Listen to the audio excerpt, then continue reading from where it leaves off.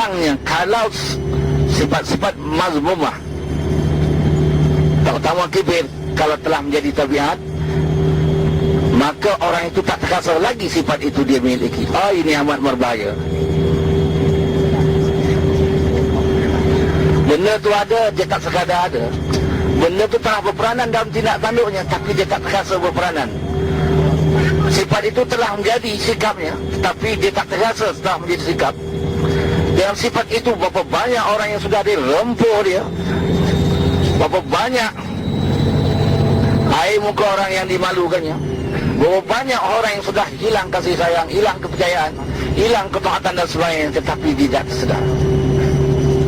Mungkin barangkali kalau diingatkan juga, dia payah mau menerima. Dia akan mengatakan orang lain yang bersalah, dia tidak bersalah. Bila mazmumah itu termasuklah kibir kalau telah menjadi tabiat.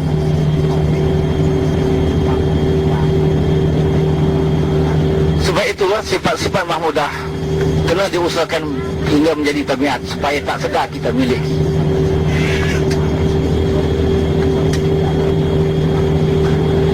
Tetapi kalau belum menjadi tabiat, berpingat mujahadah untuk memilikinya, susah nak jaga. Sebab kita terasa memiliki perkara itu. Bila kebaikan kita terasa kita memiliki, nak jaga daripada riak, nak jaga daripada ujub, amat sulit sekali. Bila tak boleh jaga daripada riak dan ujub, batal amalnya, batal pahala dia.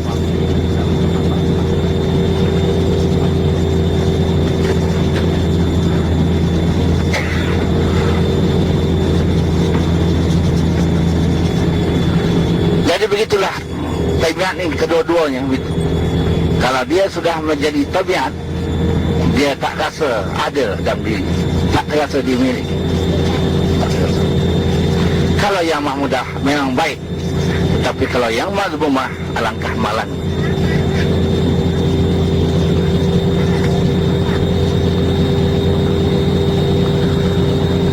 Untuk kita mengetahui, untuk kita menilai, mengenal diri kita, apakah kibir itu ada dalam diri kita atau tidak, mari kita sebut alamat-alamatnya, tanda-tandanya.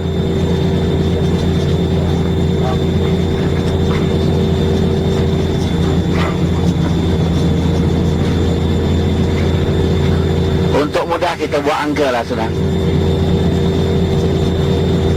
Yang pertama, kalau dia diberi jawatan, sama ada besar atau kecil, dia rasa terhibur, dia rasa bangga, senang hati, dia tak rasa susah hati. Benih kibir ada dalam dirinya.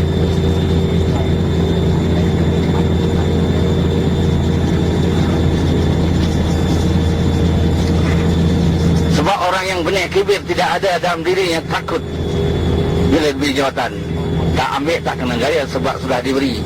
Dia bila yang memberi itu kalau umpamanya ketuanya, tak apa elak, tapi dengan penuh takut, dengan penuh bimbang. Tetapi rasa tak bimbang, sedap, dia seronok, itu tanda kibir ada dalam diri kita. Yang kedua, kalau kita tidak dilantik menjawat sebarang jawatan kepimpinan, sama ada kecil atau besar, ataupun kita pernah menjawat satu jawatan, kemudian ada satu jawatan yang lain, tak senang rasa hati, tak seronok rasanya, itu tandanya kibir masih ada bertapak dalam hati kita.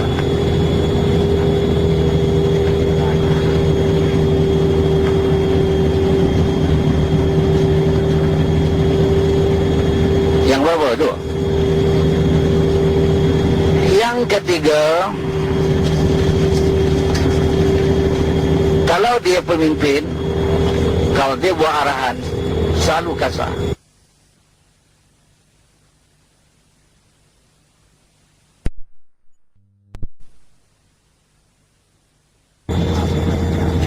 Kalau dia patuh pun kerana segan-segan orang saja, takut-takut dimarah, tetapi hati mendongkol saja untuk patuh. Itu tanda kibir ada dalam diri kita. Yang kelima, mudah marah. Mudah menjadi pemarah. Ini kibir ada dalam diri kita.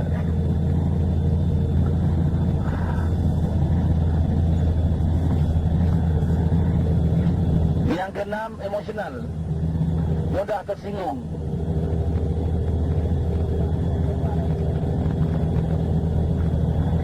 Itu menunjukkan kibir ada dalam diri kita.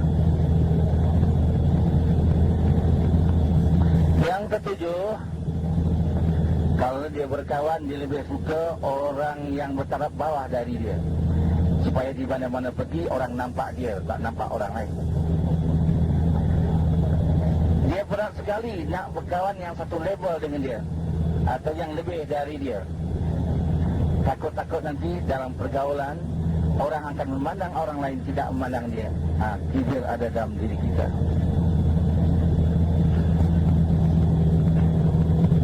Yang berapa? 7. Yang ke-8, payah mau menerima pandang orang lain. Lebih-lebih lagi kalau kita jadi pimpin pula, lebih sulit nak menerima pandangan orang bawah.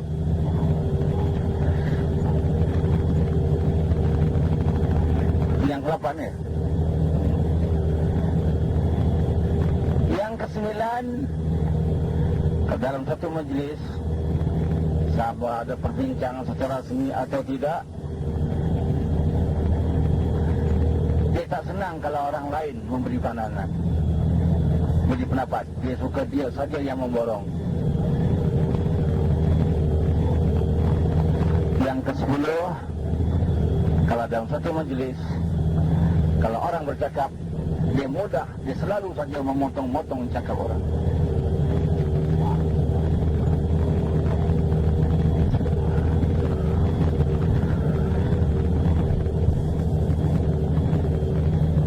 Yang ke-11, payah mau mendengar pandangan orang.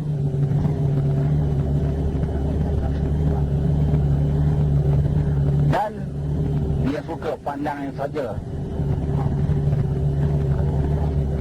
yang patut didengar.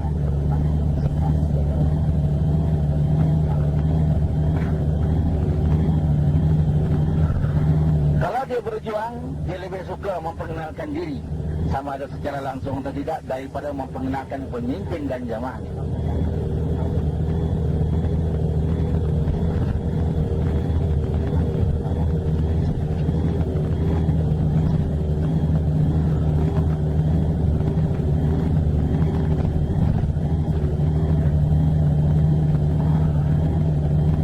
Yang berapa?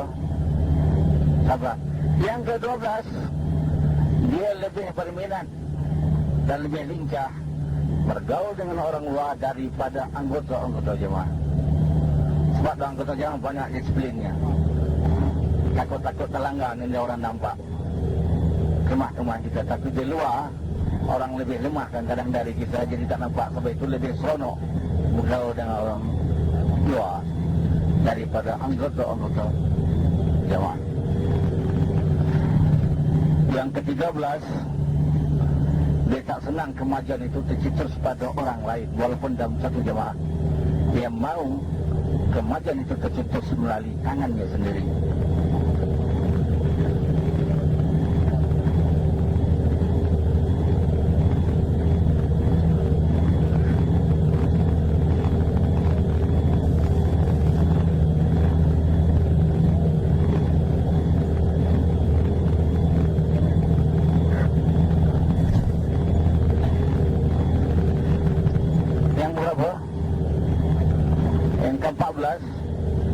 Kalau dia bercakap selalu saja meninggi, memekik-mekikkan pasal.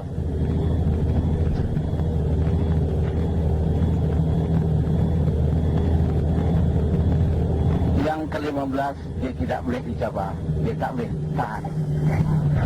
Pasti dia mencabar pula.